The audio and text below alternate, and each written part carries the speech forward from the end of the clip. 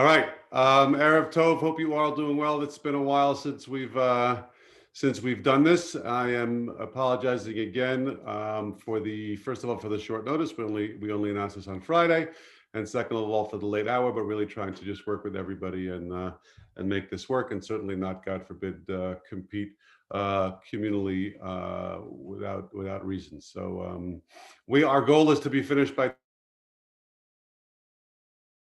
Grateful to all of you for being here, and we're grateful to our guest, who I just asked a couple hours ago to join us, Jake Adler, who's here from the governor's office.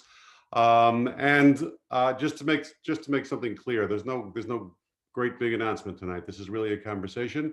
It's been, we've been, thank God, we are very, very grateful to have had kids in school for, as you'll see in a moment, for 47 days. That is a milestone that we didn't necessarily know that we would hit, and we are very, very grateful to have gotten there. At the same time, the numbers have been going up. There's been a lot of talk in the news, of course. You're watching that, you're seeing that, you saw what happened with the public schools, etc. And we wanted to really just take the opportunity for a few minutes to kind of, I guess, tell you what we're up to in terms of our thinking. So that's the goal for tonight. I'm going to share my screen. I'll probably go off and on because I don't like to look at a PowerPoint all night, but this is what we're trying to do relatively quickly. Hakarat Tov, updates from both schools, some information from directly and indirectly from our local officials, talk about testing, school calendar, community pledge to our medical update, and then hopefully have some time to take some comments or questions. As I said, 47 days. I don't have a good gematria for that, but we didn't know that we would get there. And it's an incredible thing. It's an incredible thing to walk into school every day, and to feel the energy and to feel the gratitude that kids and teachers and parents have to be there, to see parents on carpool in every day, and it's the same greeting. It's like, hopefully we'll see you tomorrow. And that's pretty much what it's been like, and it's been great. And I think that kids have felt it, and teachers have felt it, and parents have felt it. We are incredibly grateful. You can light up the chat if you want, just to give a shout out to the faculty. They're coming in with anxiety. They're coming in doing different things. They're staying in the same space for 8 hours a day. They're reinventing themselves, and they're doing it with a smile. And we are very grateful to the entire faculty for what they're doing and what they continue to do, for their courage, for their attitude, for their warmth, for their love.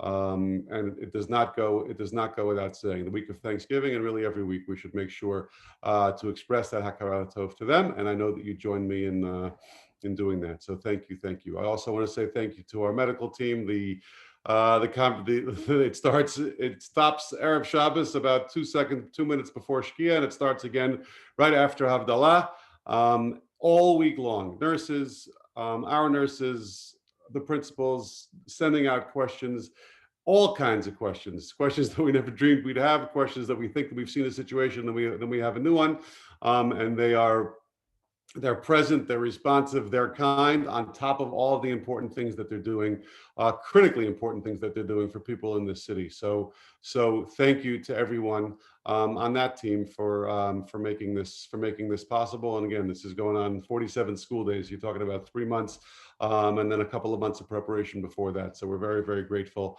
for that as well. And of course, to parents and to students. Parents are, there's no lack of expressions of appreciation and of gratitude and of just working with the system and understanding that you might find out on Sunday night that you have no school on Monday for 7 days, which happened last week to a group of first grade parents. And that's not easy.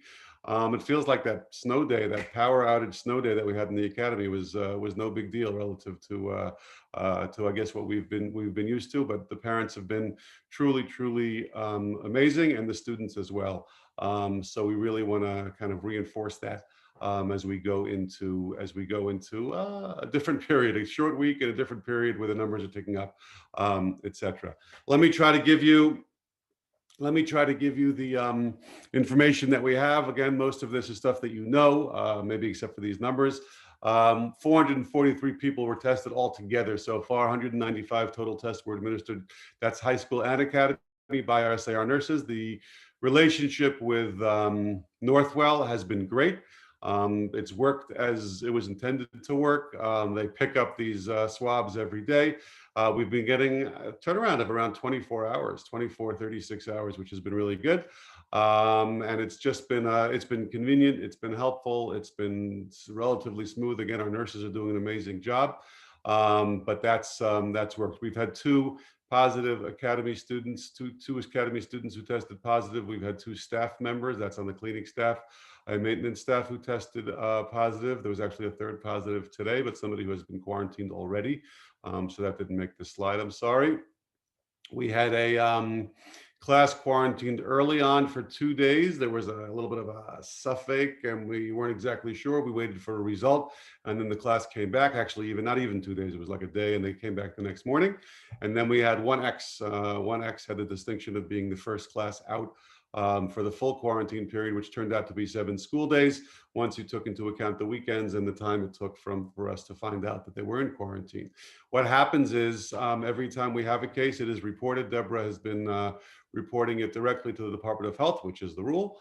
The Department of Health is getting back to us. There's usually a turnaround time of 24 hours and sometimes more, and they are involved in making the decision. So our medical committee decides what from their perspective medically should be done, but of course the Department of Health has the final say. And over the last week, we've seen how that process has worked, and we can talk about it a little bit more later. But that's basically the system and the way it works. The pod system in the academy, talking about 12 to 15 kids in a class. Those classes really do not mix.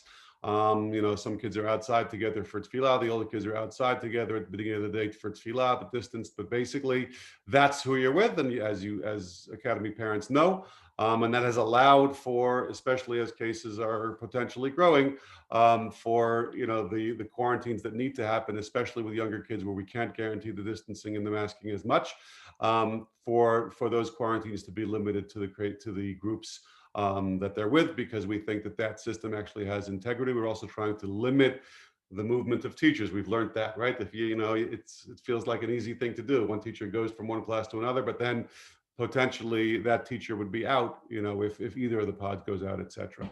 Remote learning has been challenging. There haven't been a lot of kids doing it, probably 12 regulars, and then on any given day, maybe another 12. But our IT team and our teachers have been working with that to try to make it smooth. We worked on different systems and different setups to make that better. I'm not going to spend very much time on that. There's certainly still a learning curve, but I want to maybe be a little bit more positive about that. It's been challenging, but it's been working. It's been working for a lot of kids. It doesn't mean it's the same thing. It doesn't mean we're ready to go back to March, but the challenge is obviously there, and the comparison to in-person learning is hard to make. Lunch service has worked. It is not the same lunch choices that their kids are used to. Aaron Ginsberg has been incredible, serving 1,200 packages of lunch every day. The team's maintenance and cleaning staff delivering those lunches. Rabbi Moskowitz taking over now for about 6 days while he's been teaching. So Aaron, for the first time, could be with his family in Israel. So he's there for 2 weeks, and he'll be back after Thanksgiving.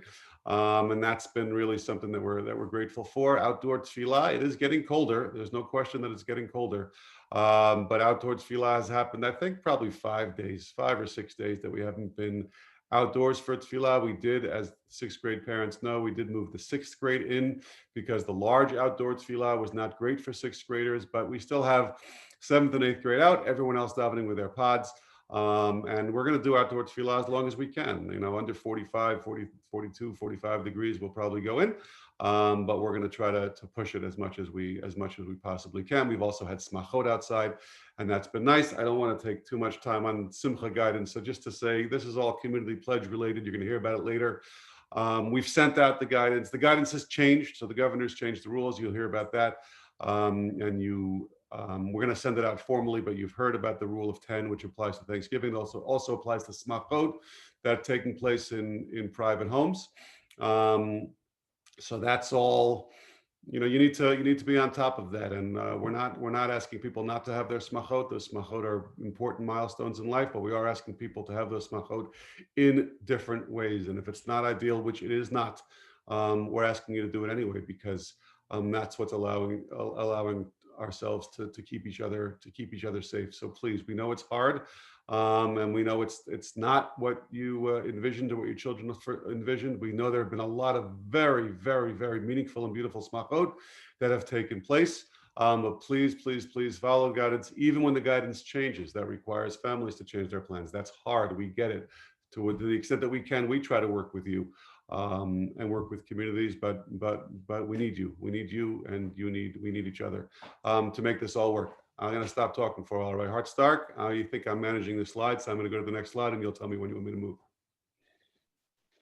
Okay, thank you, Rabbi Krauss. Good evening, everybody. It's great to see all of you. I want to begin. I don't want to repeat all the thank yous Rabbi Krauss began with, but I have to just at least echo the gratitude that he expressed on behalf of all of high school faculty, administrators. We just want to express the same hakarat tov. It has been absolutely a gift. It feels wonderful to be in school. I think that when people ask, the thing that I keep on saying is that before the beginning of September, when we were planning on coming into school, it was the first time that any of us certainly were going to be in a building with some 500 people at once.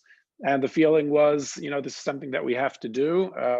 We hope that it's okay, but it certainly was an anxious move. And now a couple of months later, and it was pretty early on when the feeling was, it shifted from being, we have to do this, even though we don't know how it's going to go, to feeling like this is the best place for kids and for faculty, for people to be during the day. And that's just what it has felt like. It has been just a wonderful sense of community and everybody being in it together. And it feels like a good place to be, both in terms of the safety and, of course, the learning and mental health and well-being of our students. So express tremendous hakarat tov to faculty, to students, to parents, and to the medical team, to our nurses, for everything they have done to make this happen.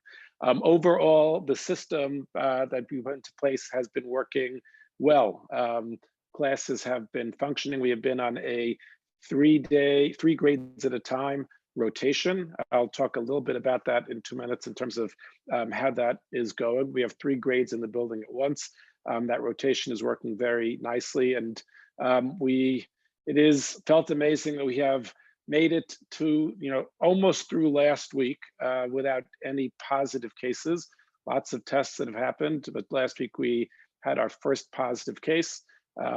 We have 6 students who are quarantined because as a result of being in close contact with that student. And we have been in conversation since then with the medical team, everyone who we could be talking to in order to determine and make sure that our next steps are the right ones. According to our guidelines, the guidance we've received, the kids and faculty have been terrific in terms of social distancing and mask wearing, and therefore school can go on. Our plan is for the 10th grade to be in school tomorrow, and for just the seniors who are on Zoom, usually on Mondays will be on Zoom, everyone else will be in.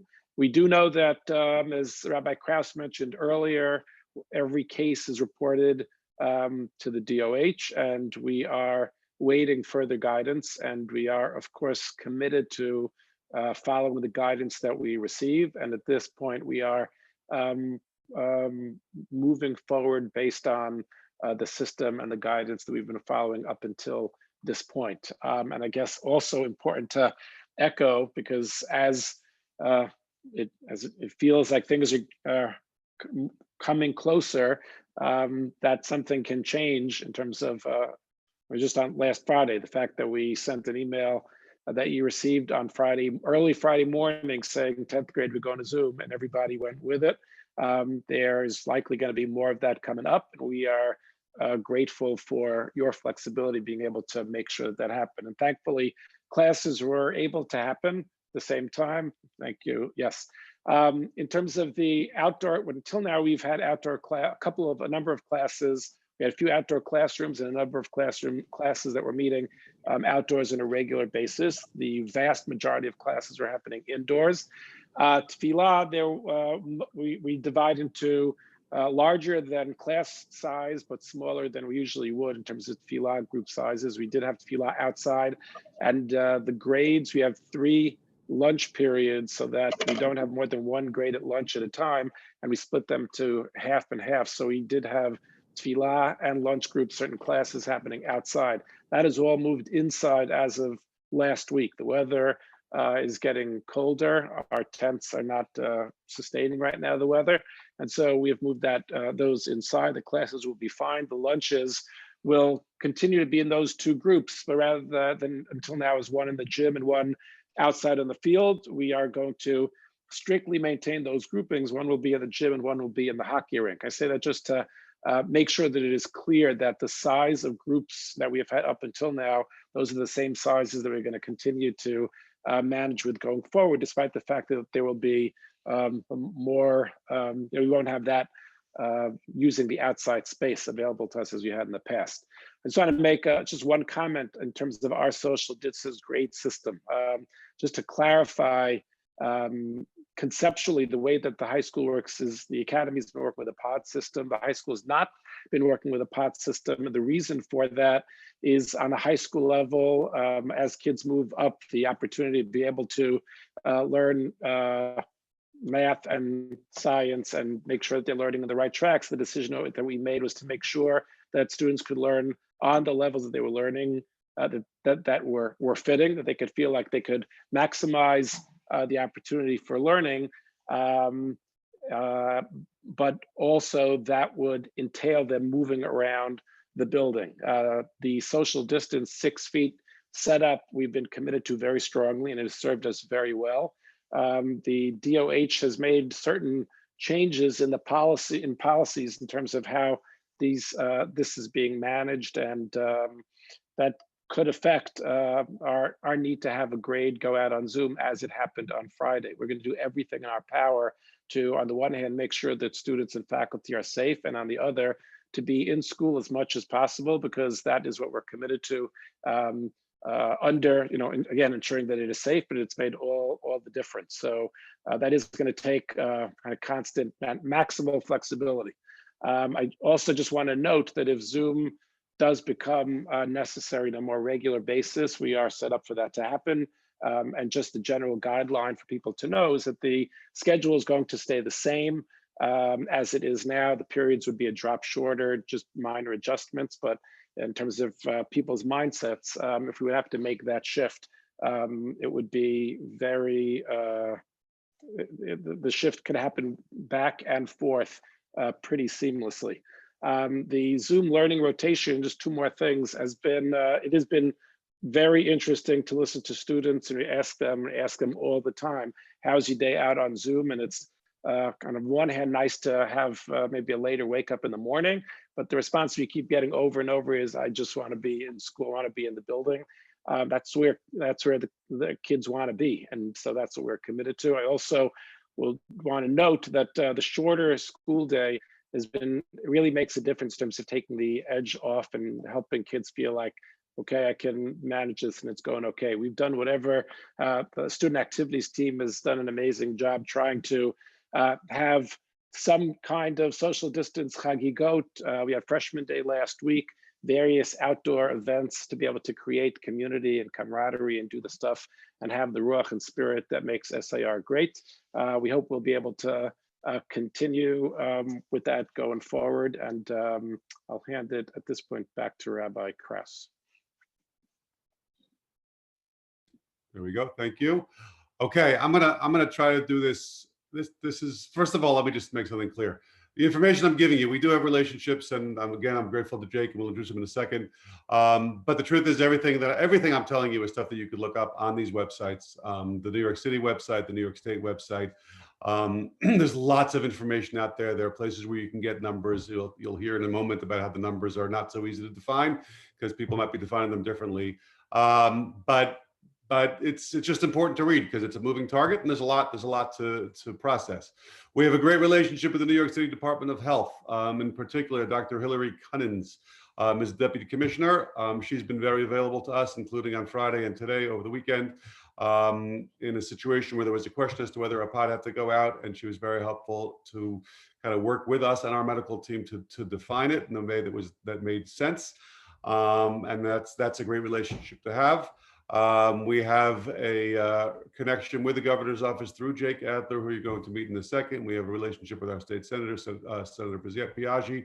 We have a relationship with others in the on back to the city and the mayoral administration. We're really trying to make sure that we have the relationships that we need to get the answers to the questions that we need to ask, because it does move so fast. As you know, the New York City public schools are closed when they hit 3%. The first thing that you'll learn is, or that you have already learned, is that 3% is defined differently right now by the city and the state. And the city public school closure, therefore, among other things, therefore, does not directly impact us. We are on the NYSA's listserv. I would say that most NYSA's schools, New York State Association of Independent Schools, are also not closed unless those schools were planning on closing. I think Horace Mann, for example, planned on closing on from Thanksgiving to New Year's anyway, so they're doing that. But most private schools were surveyed last week, and most of them were sticking to their schedules, even though the public schools have closed. We're not going to get into whether it's the unions or not the unions and all of the arguments as to what the infection rate in the schools has been. We're obviously grateful that we've been able to be in school. It's important to think about how we can support those around us who are not in school, and we're actually working with some people here on trying to figure that out and to do some good within our community, and I hope that we can do that. But the closure itself is not affecting us. There are micro clusters. I'm living in one, for example. I'm in Yonkers. I'm 1 block outside of Riverdale, and we are in a yellow zone. As a resident, that doesn't mean that much. There aren't that many limitations for residents. It affects businesses and it affects schools. If your school is in a yellow zone, which I believe is 2.5%, and we'll talk about how you get to 2.5% in a second, that means that you can remain open, but requires testing. If you're in an orange zone, that means that you have to be closed, but you can test back in after, I believe, 4 days. On the 5th day, you are able to test back in. That's the information that you're getting. That's what you can find on these websites. And that's the way the governor, as far as I understand, has spoken about it. Although at the press conference the other day, he talked about New York City being too big. So here's where maybe Jake can help us a little bit, or maybe not. Either way is okay. We don't know if New York City will be defined by the state as one big zone. That would probably work to our advantage because it's not going to hit 3%, a 7-day average of 3% for 10 consecutive days for at least a little while, at least 10 days, at least probably 15 days out or 17 days out. So we would know that if we know that New York City is going to be considered one zone. If you look at Riverdale, if you looked at 104.71 and 104.63, you will see that those numbers are higher than the state average and higher than even much of the city average. The Bronx generally is higher than much of the city average. If it's determined that the orange zone, the district, or the mapping of the zones is, let's say, Riverdale and Yonkers, or I don't know what, Riverdale and something else, well, then potentially we're already in day 5 of one of those 10 days, and then we would be closed earlier, but we don't know that. And Jake, I don't want to put you on the spot, but I'm just going to introduce you and say thank you. And maybe you can help us with that in 1 second. But that's basically what it is. It's a yellow zone, it's an orange zone, it's a red zone. We're not going to talk about the red zone, but basically, if we are in an orange zone by the state, we will have to close. We will then be able to test back in, and we'll talk in a couple of minutes about testing. But I don't want to keep Jake on for too much longer if he doesn't want to stay. So Jake, first of all, thank you. You had a hard week. You have a hard job and you had a hard week, and we are very grateful for your for all that you do for the community. Thank you. Thanks for having me, Rabbi Kraus. Thanks to everyone here at SAR. Appreciate your hospitality. Although it looks very familiar to my house, so one day. So which issue did you want me to cover first? Well, maybe let's talk about those zones. I mean, I define them. First of all, you can correct any mistakes I made. And second of all, you can tell me, do you know, or how could we find out whether Riverdale would be mapped by itself, or Riverdale would I don't know what, or is it going to be New York City? And what are we up to in terms of? So the zones go obviously yellow, orange, red. Yellow is considered a kind of just a monitoring.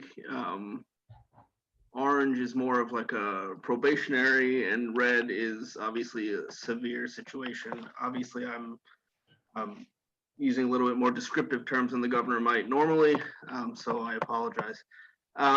In terms of I think you mentioned whether the speculation about whether the city as it's Right, with the city, the whole city being unit would become a zone or subsections thereof. The goal of the microcluster strategy, which the governor unveiled in the beginning of October, as you all I'm sure saw on Twitter and all the news sites, the goal is not to shut down entire regions. The goal is to avoid a mass shutdown like what we had in the spring. So to really isolate by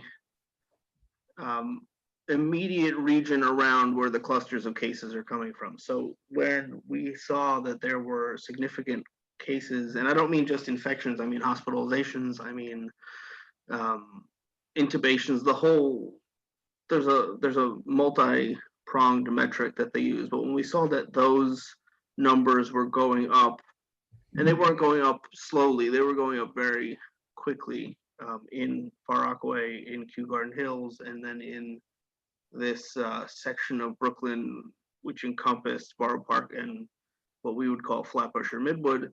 The question became, how do you deal with it? So the theory is that if you draw a big circle around where all the cases are, and then you have a buffer zone of yellow around that circle, then you can contain the exposure in most of those cases.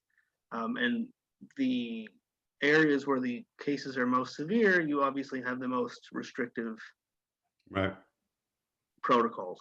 And then you go out least restrictive. So Yonkers is yellow. Yellow, for example, as you know, yellow, the shuls and churches and mosques have 50% capacity, which is the same thing as anywhere else in the state, whether they're in a zone or not. So that's essentially, it's basically just a monitoring situation, although the issue in yellow for schools is that you have to do what they call surveillance testing, which is. That was my next question about that in terms of will we get those tests from you? Yeah, so let me, before I skip over your original question. So I think when looking at the zones, now obviously I have no crystal ball, to take one of the governor's lines. I have no crystal ball, but I think the strategy itself is on a much smaller level, neighborhood level, than slapping a big color code around the entire 5 boroughs. So, you know, I know that there's been a lot of WhatsApp chatter and Twitter chatter and things like that about what they would do citywide. I think if you get to a citywide situation, you're in a very different place than we are right now. I think, you know, the mayor has been speculating about which week he would have to shut down which industry. I think number one, all due respect to the mayor, obviously, I think we calculate the data a little differently, as you mentioned. I also think it's not productive to just give the gloom and doom about what will shut down in which week. I mean, I think it's dependent upon human behavior. It's all dependent upon human, individual, and communal behavior. So obviously, if things get out of hand, and things can get out of hand rather quickly with this virus, then things will hopefully start to be curtailed. But the goal of the microclusters was to not have to do that. So I don't know, I can't speak to whether, if God forbid Riverdale needs a zone designation, if that would be Riverdale by itself, or if that would be Riverdale along with Yonkers, or I think that depends on where the cases are and how the cases are coming in. So I wouldn't hesitate to that. I would hesitate to say anything about that. But the goal is to avoid any of that, obviously. And I think I know that you're doing everything you can within your school community to avoid that. And I'm grateful to you and everyone at SAR for that. But That's where we are. We're at the point where this is very clearly linked to human behavior and to, I guess, societal behavior, but it's the little things that we do or don't choose to do every day that are causing exposures and cases, even amongst people that are being very careful about it. Right. Okay. Okay. Well, we appreciate that. We appreciate the regular communication, and I guess I'm not going to put you on the spot about exactly. No, did you want me to get into the testing issue? Well, I mean, the only question is going to be where we're going to get those tests. And I know that the city said that they have them, but they also kind of said that they don't. I mean, there's supposed to be a website where we would get them if we hit yellow. You can't really order them until you hit yellow. So assuming that we have it right, we will follow that protocol. Anything we're missing? No, I mean, you've got it right, and you can call me if God forbid you go yellow. There we go. And we'll hook up SAR with the right contact to talk to. The way it's supposed to work in a normal situation, obviously none of this is normal. The state gives the local health department, in this case, it's the city of New York, the test kits, and then the school, which I believe you've already done, will contract with a nurse. Well, you already have the nurses. And so you're already ahead of the game on 99.99% of the schools out there. So your only issue is getting the test kits, and I think we can make that work if we have to. Sounds good. We'll definitely bring you back when we want to talk about the vaccine, but we'll get there a little bit later. So thank you again for your hard work, and really appreciate you being here, especially on short notice. It means a lot to all of us. I'm speaking for the probably 1,000 people who are on tonight. So thank you very much, and hopefully this week will be smooth. Thank you. Sorry, we're gonna try to get to Dr. Rocker very soon. We're just about there. Here, okay, this is stuff that we talked about, so I'm not going to do it. You do see that Riverdale is right. If you look at some of the other neighborhoods, this is all right. Some of those neighborhoods are lower, and Riverdale's already over 3%. But again, these are things that you can get online. You can get every press conference online. You can get every zip code online. This is all information that we have. Now, just a very brief second on. You heard about yellow and orange zone testing, where we're going to do that. You just heard now that we are going to be able to hopefully get it from the city. We also considering alternatives if we need to, but hopefully that won't become necessary. There have been some people who have been writing in or calling us and talking about random surveillance testing.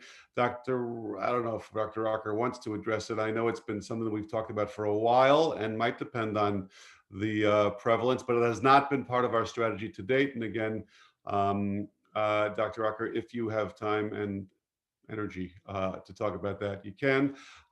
There are pros and cons to that. Different schools are doing different things, but it is something that we're talking about a lot. Tina Lerner, Leo Perlman, Fromer, you have been very involved with testing, and we really appreciate all of the work that you've put in, suggestions that you've made, due diligence that you've done, preparation for multiple scenarios. Really appreciate it. I know that I haven't given enough to some of this testing stuff, but I do want to get to the next part. Rabbi Hartstock, go ahead. Oh, we got school calendar too. Go ahead.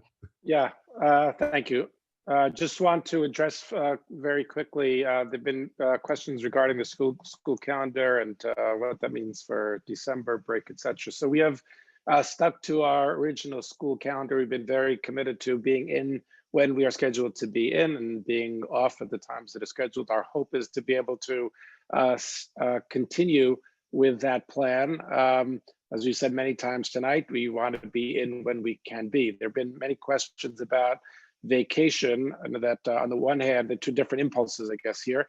The idea of staying home and staying safe is super important.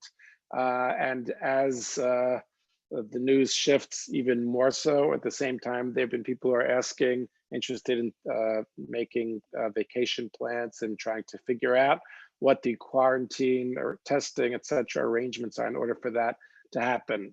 So for the moment, I just want to say that because everything is rapidly changing, we know that people need to know. The default position right now is the calendar is as we set it at the beginning of the year. So the vacation dates are in accordance with the calendar that has done well so far. We do commit to making an announcement regarding any potential change that could happen for a variety of reasons, most basically because if it feels like it's going to be hard to be in person in school, that could be a reason why we would be off from school during a certain time so that we can be back in school when things quiet down. So all of that is contingent on, connected to what's happening in the city and in our immediate surrounding area. So commit to notifying you of any change by December 5th. And it is true that even that could be subject to change, but we hope that that doesn't happen. So that's the update for now. We'll be in touch in the coming week again. And just before I'm going to hand it off to Dr. Rocker, just want to make one plea. I know that Dr. Rocker is, I imagine, going to make a plea for this Thanksgiving weekend, making sure that we are doing the best that we can to stay safe. I want to just reiterate the fact that we have a community pledge and hope that everyone has been really working hard with a sense of community to make sure that we're taking care of each other and respecting the rules and social distancing expectations, etc. I do want to also encourage destigmatizing a positive test. I think it is really important for us. Part of our being in this all together is to know that it's not, people can catch a virus through no fault of anyone in particular, and it just happens.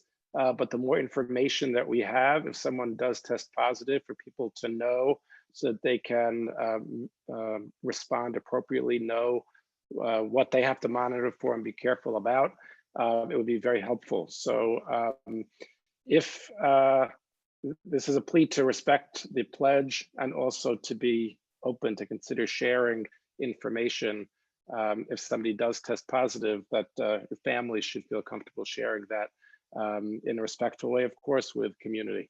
And with that, just hand it off to Dr. Rocker by expressing our gratitude for the amazing guidance that we have been receiving over all of these months from Dr. Rocker and the team. Thank you very much for being here with us, Dr. Rocker. Thank you guys very much.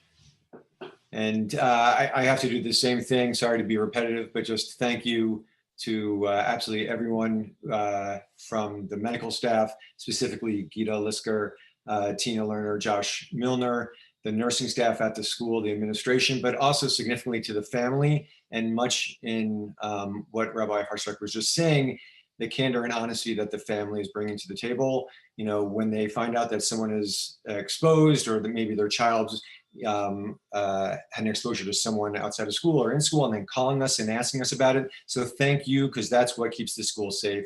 So really, we tremendously appreciate that. So my job today is going to be to give you a little bit of the information and to sort of put a personal face a little bit on what's going on in New York. I could tell you more of the information specifically at Northwell, where I work. Over the last week, we have seen a 50% increase in just 7 days of those who are hospitalized. So I know people talk about testing and its exploding everywhere in regards to the positive numbers throughout the country, but how many are really being hospitalized? Well, the numbers are going up in New York. We are not anywhere near where we were in March and April. So we are just above 10% of the total hospitalizations that we had at that time. But the fact that we had a 50% increase in just 7 days is showing that we're, starting that fast upward slope of the curve. So people's behaviors during this time, during Thanksgiving, during the holidays, is going to be very, very important. So that is what's going on. And to put, again, a little personal look on it, the chairman of my department, had it. I have had colleagues who have had it, and it's, concerning. There are those who are asymptomatic, and I think there's been those who have seen, oh, so-and-so had it, they were asymptomatic, it's not so concerning. For some, yes, but for some, it is a significant illness, very, very significant illness. So please do not let down your guard. In regards to Thanksgiving, we know what the governor has said for New York State, that 10 maximally is what you should have for indoor gathering. I could tell you I'm doing a shift Thanksgiving with no food, meaning that I'm going to my parents' house. We're not going to eat. We're going to hang out for a while. I'm going to leave. My brother and his family are going to go to my parents' house and hang out, and then we're going to Zoom later and eat apple pie together, over a Zoom. So that's one way that we are handling it. But we are going to be masked. We're going to be distanced when we're together, and then we're going to be separated. We're not going to be more than 10 people. So that is something that we've created. I want people to be creative about the way they're handling Thanksgiving, because it is a time to be with family. It is a time to be with friends. It is a time to connect, but we just have to remember the circumstances in which we're gathering right now. In regards to the difference from when we have spoken in the past, it is getting colder, and outdoor gathering was something that was much more permissive, and now indoor gathering is something that is more of a reality as it gets colder. So obviously what we know more about this illness is that it is much more, we talk about the airborne nature of it. And so if you can be in outdoors, good ventilation, good flow, that is great. Still, we want the distance and masking when possible. But when you're indoors, what we want you to do is try to create an outdoor-ish like environment when you can, if you have people coming into your home. Again, the numbers should be small. You should be as cautious as possible. You should not be getting, more than, 10 as a gathering, and you should be distanced. And in those environments, you should be opening window, putting on fans, try to get cross ventilation going in there while people are there, and minimize the time that you are together. So again, please, please, please take this seriously. The vigilance has to be there during Thanksgiving and during all of winter. I also want to talk a little bit briefly about vaccines. So there has been a lot of information in the news recently about Pfizer and Moderna. I am working with people who are helping with the distribution of the vaccines throughout New York State. And it is going to be, as of now, because we only know of these two products, but things may change as more products come out. As of now, it's probably going to be a 4-phased distribution that will be starting in mid-December. And in December, it will be starting with those in nursing homes, those who are frontline hospital workers, and then the highest risk category for those with medical conditions. Remember, each phase is going to take a month or so, because it is a shot and then it is a booster shot. So that's going to be in the first category. The second category are going to be those with higher risk medical conditions, a broader group now. And then the third category, which is now going to be 3 or 4 months after that, is going to be open to the public.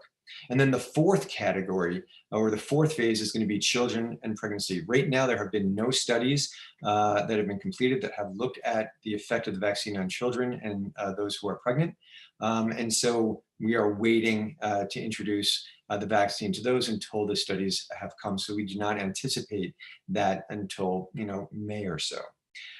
So in regards to the vaccine, we know in regards to decreasing the transmission to other people, we have to have a significant herd immunity where a lot of people have gotten it. So if a lot of people say no to the vaccine, then it will be protective to those who have received it, but it won't give the full herd immunity to the community until we have an optimal number. And there are those who are apprehensive to get the vaccine, and I understand that. This is moving forward very quickly. A lot of people want to have more data. Right now, the major studies that have been done have looked at 30,000 people. That is not 300 million people. That is not the 19 million of New York. And so when you expand something rapidly, certainly people are going to want to have more information. And so for people to be a little reticent in the beginning, that certainly makes sense. Just because knowing more, the more people who get it, then we'll be able, as medical providers, be able to be more transparent to people about any side effects. But right now, the data looks very, very good for those who have received it in regards to being protective, not just in regards to well, there's T cell and then there's the antibody, and on both levels, they seem to be protective. One other thing, just from a medical update, monoclonal antibodies, we are starting to do infusions in New York State for those to get monoclonal antibodies. So remdesivir and monoclonal antibody from Lilly is in the same category as the I'm sorry, as the convalescent plasma, that was sort of the big hot thing. The data on this right now is not phenomenal. I think there's a lot of enthusiasm about it. And there's still a lot more studies to be done to see how effective they are, but they are starting to be used, especially for those who are not at high risk right now.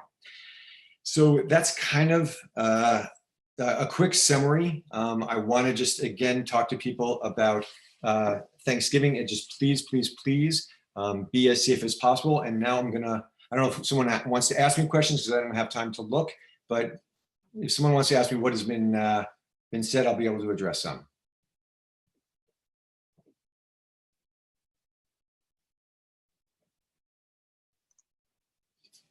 We'll have to look. Yeah, no, I'll help you. I'll help you. Yeah. Well, you got